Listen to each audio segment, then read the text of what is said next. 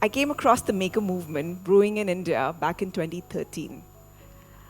I had just moved to Mumbai from Pune as a telecom engineer in a really big telecom company. 1.5 years into my job, I was getting to work with the corporate headquarters, and I was super excited to really work with the top honchos of the industry. When does that happen so quickly in your career, right? 22 years old, with big eyes, I came to the city of dreams, thinking that my life will change. But little did I know that it will definitely change, but not how I had imagined at the time. After settling into Mumbai, I wanted to explore the city. So one fine afternoon, one of my seniors called me up and said that there's this really cool garage that's opened up in Bandra. A lot of geeks and nerds kind of hang out at that space. Do you want to go check it out?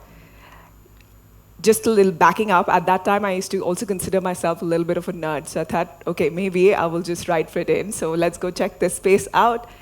We landed up in a 100 square foot garage in this by-lane of Bandra, and there were people jam-packed in this 100 square foot opening up 3D printers and discussing about this technology with each other on a Saturday afternoon and sort of going into evening.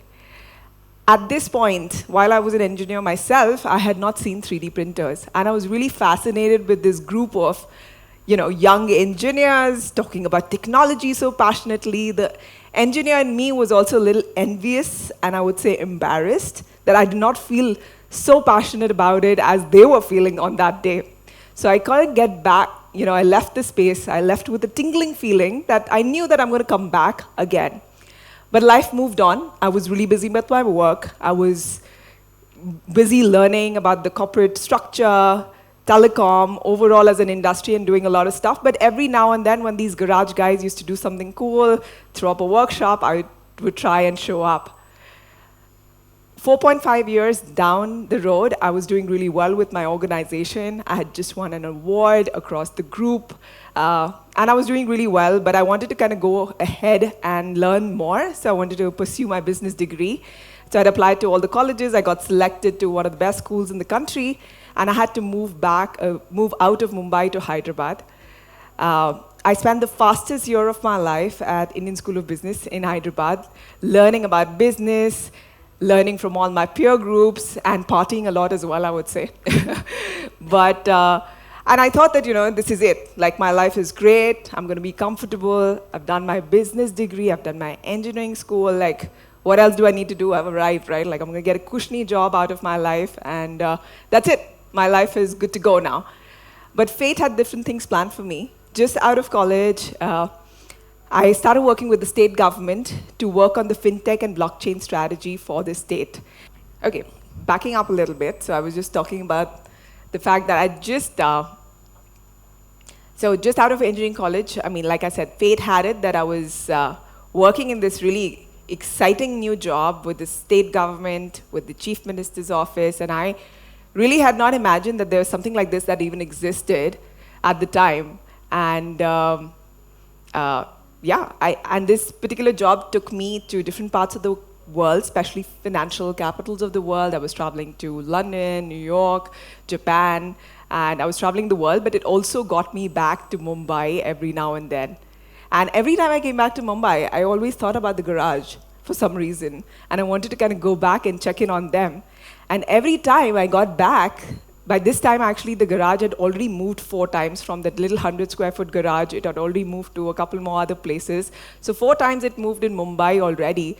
But every time I went, there were only cooler people. There was a lot more new technology that they were discussing, from virtual reality to drones to digital fabrication to musicians, artists. Like, the coolest people were hanging out at this garage at all times. And I was like, what's going on? Cut to mid-2018, I was just leaving my government role, and I wanted to take a quick break because this role had taken a lot out of me. I was traveling incessantly, and I wanted to just take a break for 2 months, so I decided to go to Europe.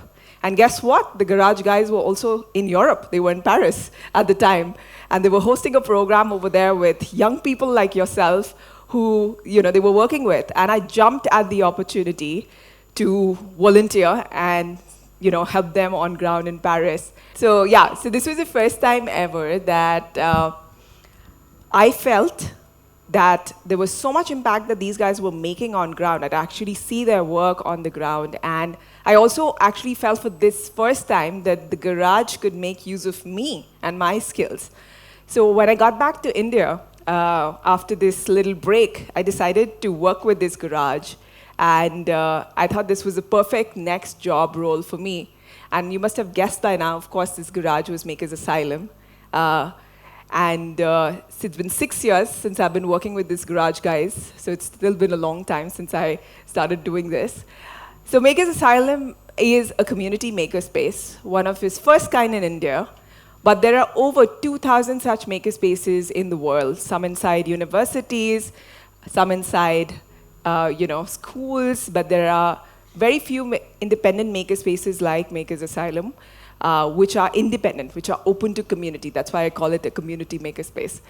Now, and this whole movement of making and hands-on learning started back in the day for many years in the early 2000s in the United States. And this maker community, as we call it, the fundamental principles of this community largely across any part of the world are the same. And I'm not exaggerating. The community believes in open experimentation, it believes in sharing knowledge, and most importantly, what it does believe is in collaborative problem solving and interdisciplinary exchange. So don't believe me. I can tell you a quick story, and hopefully that makes you believe that it truly exists, because otherwise we're always thinking about competition generally, right? Not about collaboration in life. So I'll take you back to March 2020, when the world had shut down, and just like everyone else, we also had to shut down our space in Mumbai. And instead of going back, we decided to quarantine at the asylum. We thought it'll be just less boring to be next to our tools. So we just packed up and we stayed back at the asylum during the first lockdown. And soon we were seeing this massive news around PPEs being, not available in the country, especially face shields were on number 3 on the government's procurement list. So we decided to start a crowdfunding campaign to make about 10,000 of these amongst the 4 of us at the asylum. 10,000 amongst the 4 of us. People would think that we're nuts because you can't make 10,000 shields. My team was really upset with me. They said, why are you even putting up this crowdfunding campaign? We don't think we can make 10,000 amongst the 4 of us. But soon, when we started the campaign, volunteers started showing up to the space. And the asylum became this really nice assembly line, as you can see, of making these shields. We went through 21 design iterations of this product, starting from that little paper prototype that you can see at the bottom to the final product on the left. And this took us 2 weeks to build these prototypes, explore the materials. And there was a huge queue of ambulances, police van, people from all across Mumbai were just coming into our space to pick up these shields. It was a frenzy, and it was crazy. I'd never seen something like that in my life before this. And there was a massive choke supply chain for obvious reasons. And we knew that even with 20, 30 volunteers, the kind of demand that we were getting on the campaign, we were not able to fulfill it. So just like anything else, we started sharing and open sourcing our designs and sharing with the community for them to take it and make it in their cities. So the maker community started connecting with these laser cutting workshops, which was the machine that we were using to build these. And we were also then connecting them to funding bodies and frontline workers in their city. So the asylum was sort of becoming this aiding agency into creating this decentralized manufacturing ecosystem, self-sustainable ecosystems at that time. And all parts of the country started joining in, from people from the west, north, east. And eventually, we had 42 cities, towns, and villages in India join this entire movement, as we call the M19 collective at the time. And we were able to go from a 0 to 1 million face shields in 49 days as a collective.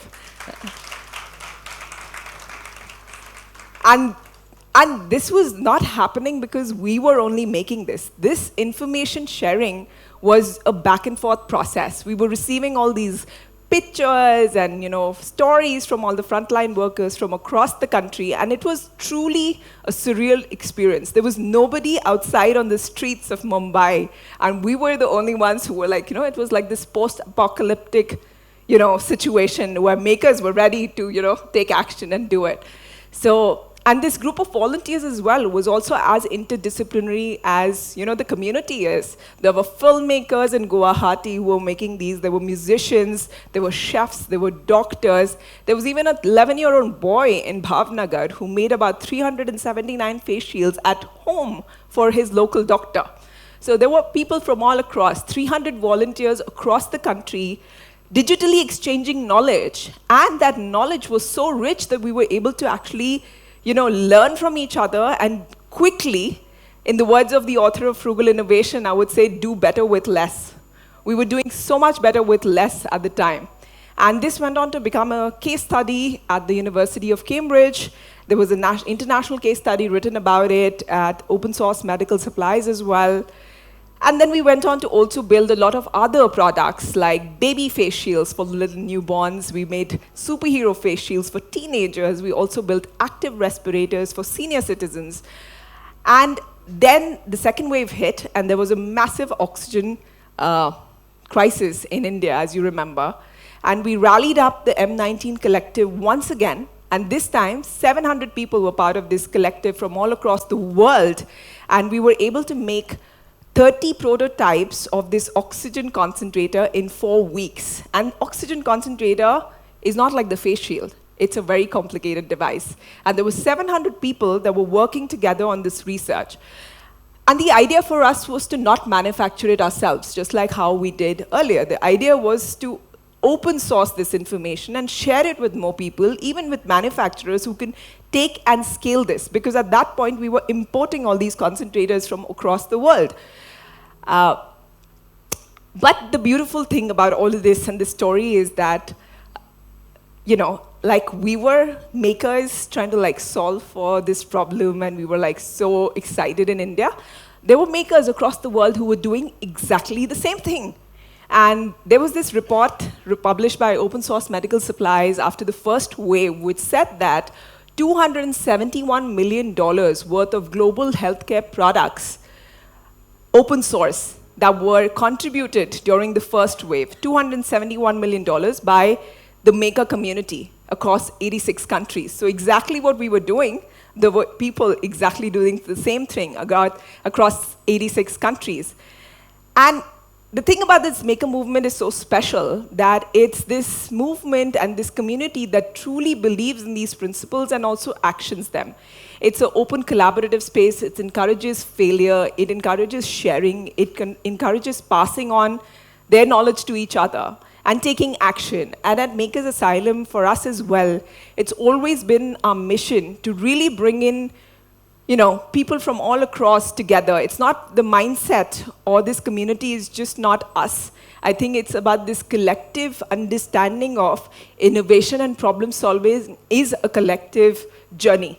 And it's important that people from different ages, different backgrounds, different, streams of academia come together and actually look at problem statements around them. And we've been also sharing this community and this knowledge that we've developed over the last 10 years with the next generation, because we really feel that the impact that they can make at this point in time with having that access to this kind of a community and open space is very important. So this is Rian. I wanted to talk a little bit about what he's building. So his problem statement was that he wanted to do something for his visually impaired neighbor. And his neighbor used to be really embarrassed in social settings where he has to talk at a party and he doesn't know who he's talking to. So Rian actually designed this device with a headset and an image recognition device in it. What it simply does is it scans the person standing in front of him and whispers in his ears whether he knows him or not, because it's matching it with a known database. And now Rian is also pursuing his engineering at Princeton.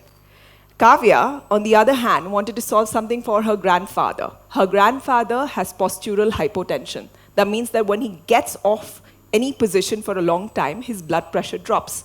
So she wanted to build something for him because he's also old and he also falls down. So she built this compression belt, which makes him stay in position for some time. and also alerts his caregivers that he's up. Now, this is Sifat. She wanted to do something for autistic children, and she designed this app that also tracks the mood and the, and the panic attacks of these autistic children, and tells their caregivers how to be pre-ready to actually, help them. But there are many such projects and many young makers. We're also enabling a collective citizen community to, also work with interdisciplinary researchers, designers, engineers to collectively solve problems of the community with citizens involved in it, because it's so important that we collectively do that. And the last bit of it is that I recently also had a little baby. That's my 10-month-old girl who's just been born, and she's become part of this clan. And I really hope for her that she's not only as passionate, but also as compassionate, like the makers around her. So thank you.